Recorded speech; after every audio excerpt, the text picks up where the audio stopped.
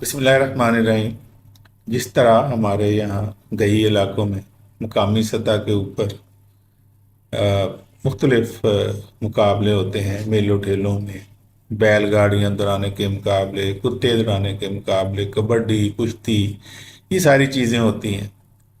اسی طرح امریکہ میں بھی ایک مقابلہ ہوتا ہے جو مکئی گرو کرنے کا مقابلہ ہے کہ کون ذمہ دار زیادہ سے زیادہ مکئی حاصل کرے گا۔ امریکہ آپ کو پتہ ہے دنیا میں مکئی پیدا کرنے والا سب سے بڑا ملک ہے، اور دنیا کی مجموعی پیداوار کا تقریباً 1/3 صرف امریکہ پیدا کرتا ہے۔ 3 لاکھ سے زیادہ ذمہ دار ہیں جو مکئی پیدا کرنے سے منسلک ہیں۔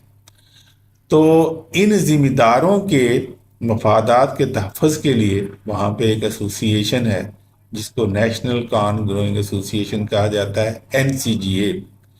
یہ ایسوسی ایشن ذمہ داروں کے مفادات کا نہ صرف تحفظ کرتی ہے بلکہ وہاں پہ یہ مکئی کی پیداوار کے مقابلے بھی کرواتی ہے۔ تقریباً 48 ریاستوں سے ذمہ دار اس میں حصہ لیتے ہیں، اور اس کے ممبر NCGA کے 36,000 کے قریب ممبرز ہیں۔ تو NCGA rules of the game set کرتا ہے، NCGA ہی پیداوار کا تعین کرتا ہے، NCGA ہی جو ونر ہے اس کا اناؤنسمنٹ کرتا ہے۔ تو طریقہ کار اس کا یہ ہے کہ ہر کسان اس میں حصہ لے سکتا ہے، اور اس کے لیے ریکوائرمنٹ یہ ہے، بنیادی ریکوائرمنٹ یہ ہے کہ کم سے کم 10 ایکڑ، لگاتار 10 ایکڑ، اور ایک ہی ہائیبرڈ لگا ہو۔ 10 ایکڑ سے زیادہ بھی ہو سکتے ہیں، اور جو زمین ہوتی ہے جو کسان آفر کرتا ہے اس مقابلے کے لیے، اس کے اوپر پھر ذمہ دار اپنے تمام پیداواری عوامل کو بڑے اچھے طریقے سے اپلائی کرتا ہے۔ سب سے پہلے تو زمین کا انتخاب، ایسی زمین کا انتخاب کیا جاتا ہے جس میں نمی جذب کرنے کی صلاحیت ہو۔ دوسرا، بیج کا استعمال کرتے ہیں، جو اس علاقے میں سب سے زیادہ پیداوار دینے والا بیج ہوتا ہے اس کا استعمال کرتے ہیں۔ جو پودوں کی تعداد ہے وہ 32 سے 42 ہزار تک رکھی جاتی ہے، اور قطار سے قطار کا فاصلہ 30 انچ کے قریب رکھا جاتا ہے۔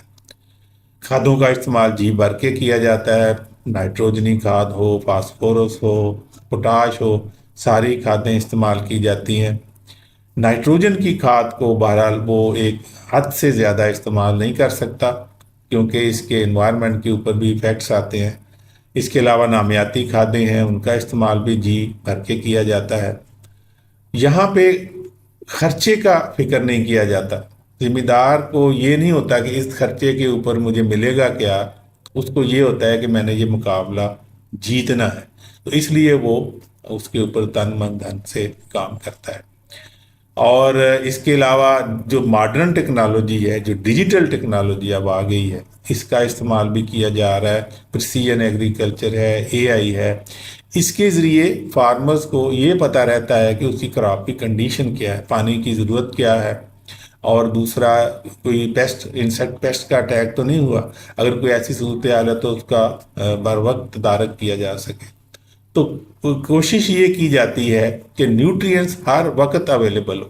جس طرح ہمارے ہاں پہلوان کو کشتی سے پہلے تیار کرنے سے پہلے اس کو ہر طرح کی غذا دی جاتی ہے تاکہ وہ بہتر انداز میں کشتی کر سکے، اسی طرح زمین کو بھی بڑے اچھے انداز میں تیار کیا جاتا ہے۔ اس کے بعد جب فصل تیار ہو جاتی ہے تو یہ کوشش کی جاتی ہے کہ ایک دانہ بھی ضائع نہ ہو، بالکل تمام کی تمام پیداوار حاصل ہو، اور اس میں کوئی کسی قسم کا لاس نہ ہو۔ اور یہ بھی جو پیداوار کا تعین ہے یہ بھی NCGA ہی کرتا ہے۔ تو 2023 کا جو ونر ہے اس کا نام ہے ڈیوڈ ہیولا۔ ڈیوڈ ہیولا نے 1 ایکڑ سے تقریباً 424 من فی ایکڑ پیداوار حاصل کی ہے، اور ڈیوڈ ہیولا تقریباً پچھلے 5 سالوں سے ونر چلا آ رہا ہے۔ اور یہ اس قسم کے مقابلے کروانے کا مقصد وہاں پہ یہ ہوتا ہے کہ ایک تو یہ کہ کسان کو یہ پتہ چل سکے کہ میرے پیداواری عوامل کا میں نے کس طرح سے استعمال کرنا ہے، پراپر یوز کرنا ہے، کون سے ٹائم پہ کون سی کھاد ڈالتی ہیں، پانی کب دینا ہے، ساری چیزیں اس کو پتہ چلتی ہیں۔ اور دوسرا جو نئی ٹیکنالوجی آ رہی ہے جیسے ڈیجیٹل ٹیکنالوجی ہے، اس کا استعمال کیسے کرنا ہے تاکہ اس کو اپنی کھیت کی صورتحال کا پتہ رہے۔ تو ہمارے ہاں ہم لوگ ابھی مکئی کی پیداوار میں میکسیمم جو ہم گئے ہیں تو وہ 125 150 من تک گئے ہیں، لیکن مقصد بتانے کا یہ تھا کہ ابھی اتنا گیپ موجود ہے کہ ہم کوئی ٹارگٹ سیٹ کر لیں کہ ہم نے یہ پیداوار حاصل کرنی ہے تو آپ مکئی میں وہ ٹارگٹ حاصل کر سکتے ہیں، پرووائڈڈ کہ آپ تمام چیزیں جو ہیں وہ بر وقت کریں، بجائی بر وقت کریں، کھادیں مکمل طریقے سے دیں، پانی کا استعمال جو ہے وہ کریں۔ تو یہ ہم کچھ بعید نہیں ہے کہ ہم بھی اس کے اوپر پہنچ جائیں۔